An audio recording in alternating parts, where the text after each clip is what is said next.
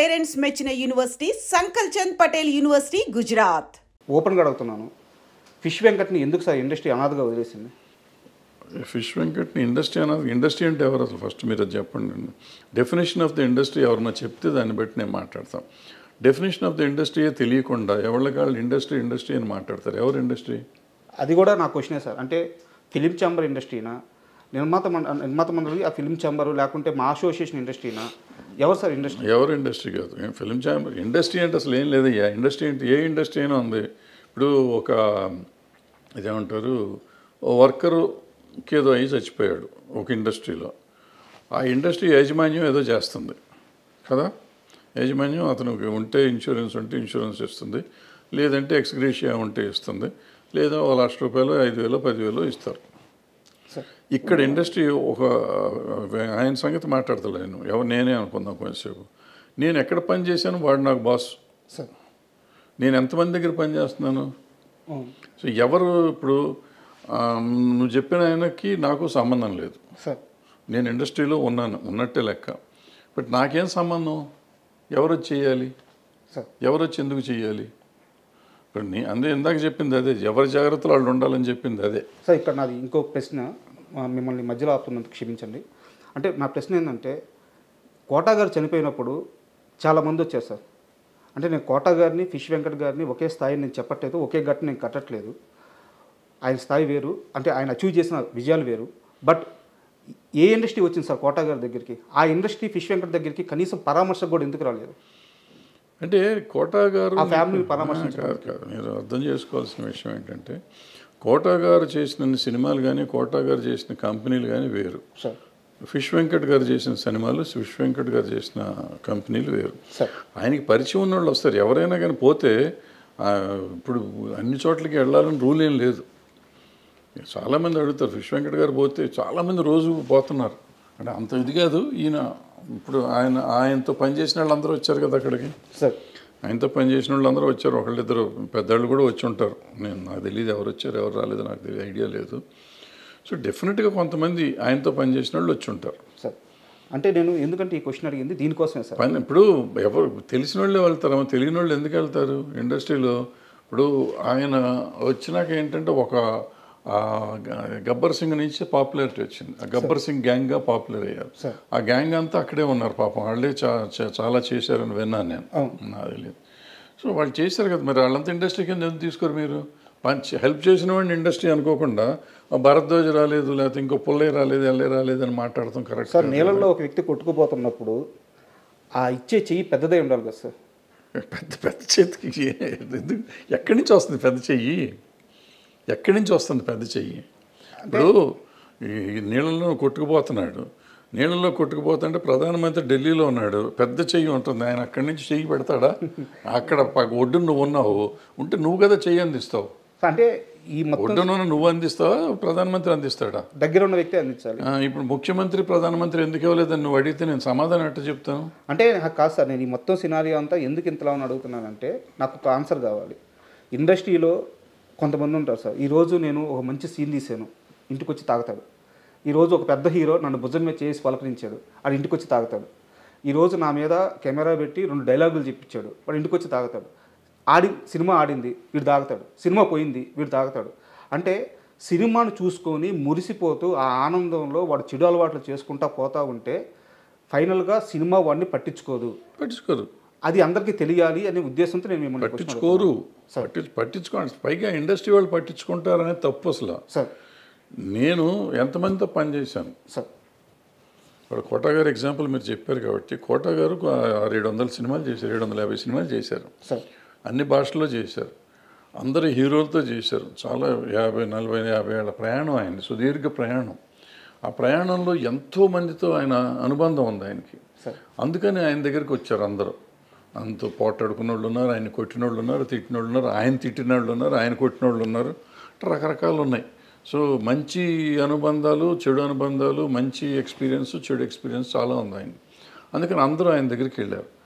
మీరు చెప్పిన ఫిష్ వెంకట్ గారి దగ్గరికి ఆయన చేసిన సినిమాలు పరిమితం, ఆయన చేసిన టెక్నీషియన్స్ పరిమితం, ఆయన చేసిన ప్రొడ్యూసర్లు పరిమితం, ఆయన చేసిన యాక్టర్లు పరిమితం. ఆ పెద్ద సినిమాలు 4-5 చేశారు. చేసినప్పుడు ఆ పెద్ద యాక్టర్లు మాత్రమే వాళ్ళు పెద్ద యాక్టర్లకి ఈయన చేసిన సినిమాల లెక్క ప్రకారం చాలా చిన్న యాక్టర్ ఈయన సమబుజ్జి యాక్టర్ కాదు, అంటే కోట శ్రీనివాసరావు గారు అంత పెద్ద యాక్టర్ కాదు. సో వీళ్ళు ఎంతవరకు వస్తారు అనేది నమ్మకం లేదు. బట్ కొంతమంది అతని మీద అభిమానం ఉన్నవాళ్ళు రావచ్చు. ఆయన పనిచేస్తున్నప్పుడు ఆ పలానా హీరో ఆయన అభినందించి ఉండొచ్చు. సినిమా యాక్టర్గా కాబట్టి కొంతమంది డెఫినెట్గా గుర్తుపెట్టుకుంటారు. మర్చిపోయి ఉంటారని నేను నమ్మను. కానీ వాళ్ళందరూ రావాలని ఎక్స్పెక్ట్ చేయటం మన తప్పు అంటాను నేను. మన తప్పు. వాళ్ళు వస్తారు. వాళ్ళ సంస్కారం. రావాలా వద్దనేది వాళ్ళ సంస్కారం. వాళ్ళ అవసరం కంటే సంస్కారం. ఇప్పుడు అక్కడ కోట శ్రీనివాసరావు గారి స్థాయి వేరు, ఈయన స్థాయి వేరు. సో ఈయన స్థాయికి వాళ్ళు రావాలా వద్దా అనేది వేరే సంగతి. రాకపోవటాన్ని పెద్ద మనం తప్పు పడతాం. నేనైతే తప్పు పడతాను. ఒక్కసారి మీ కెరీర్ విషయానికి వస్తే సార్, అంటే మీ సినిమాలు ఎలా ఆడినాయి, వాటి కోసం మీరు ఎంత కష్టపడ్డారు, అవన్నీ కూడా ఒక చరిత్ర సార్. అంటే నా స్థాయి కానీ నా ఏజ్ కానీ వాటి గురించి అనాలిసిస్ చేయడానికి సరిపోదు.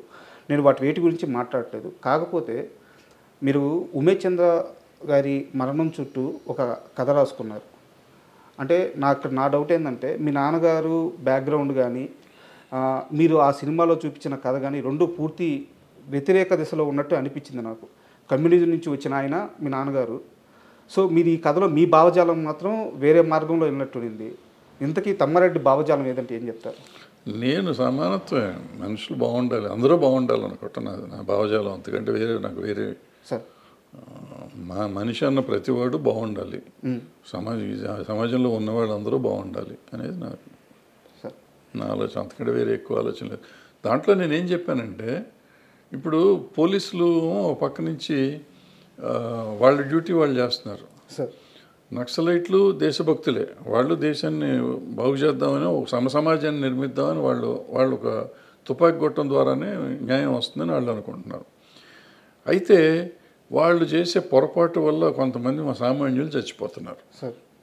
సామాన్యులు చచ్చిపోయినప్పుడు వాళ్ళు మర్నాడు ఒక స్టేట్మెంట్ పడేస్తారు, ఇది సిద్ధాంతిక పొరపాటు లేకపోతే చారిత్రక సైద్ధాంతికంగా జరిగిన పొరపాటు అని చెప్పి పొరపాటు అని ఒక స్టేట్మెంట్ పడేసి ఊరుకుంటున్నారు. ఎవరిచ్చారు వీళ్ళందరికీ హక్కు చంపుతానికి? ఈవెన్ పోలీసులు కూడా ఇప్పుడు నేను తప్పు చేశాను, క్రైమ్ చేశానండి, మన ఇద్దరం ఇక్కడ కూర్చున్నాం, నేను క్రైమ్ చేసి ఉన్నాను, మీరు ఎందుకో చూస్తానికి వస్తాను లోపలికి వచ్చారు, లేకపోతే ఈ బయట గేట్ దగ్గర ఉన్నారు, మా ఇంటి బయట ఉన్నారు కాబట్టి మిమ్మల్ని కూడా తీసుకెళ్ళి లోపల వేస్తారు. మిమ్మల్ని పడేసి కొడతా ఉంటారు వాళ్ళు నాతో పాటు. కొట్టి ఎందుకున్నావు నువ్వు అక్కడ అని అడుగుతారు. మీకు సంబంధం లేదు, మీరు ఎవరో తెలియదు. మీరు పొరపాటున మీ క్యారెక్టర్కి ప్రాణం పోవచ్చు. ఎవరు?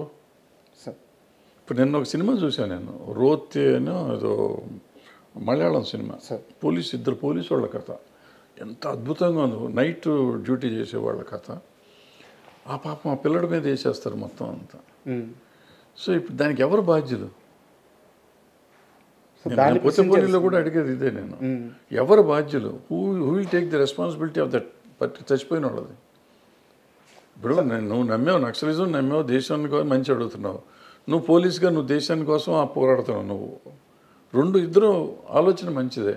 మధ్యలో సామాన్యుడు ప్రాణం పోతుంది. వీడికి సమాధానం ఎవరు చెప్తారు? సార్ ఇంత మంచి పాయింట్ మీద నిజంగా సినిమా నేను కూడా చూశాను. సింధు తులాని గారి యాక్టింగ్ కానీ సూపర్ ఉంటుంది. సినిమా ఆడలేదు సార్.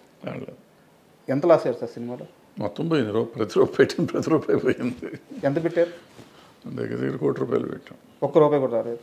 ₹1 రాలేదు. అది శాటిలైట్కి వచ్చిన కొంత వచ్చింది. అప్పుడు అంత మంచి సినిమా తీసినప్పుడు ఇలాంటి రిజల్ట్ చూసినప్పుడు ఏమనిపించేది సార్ నీకు?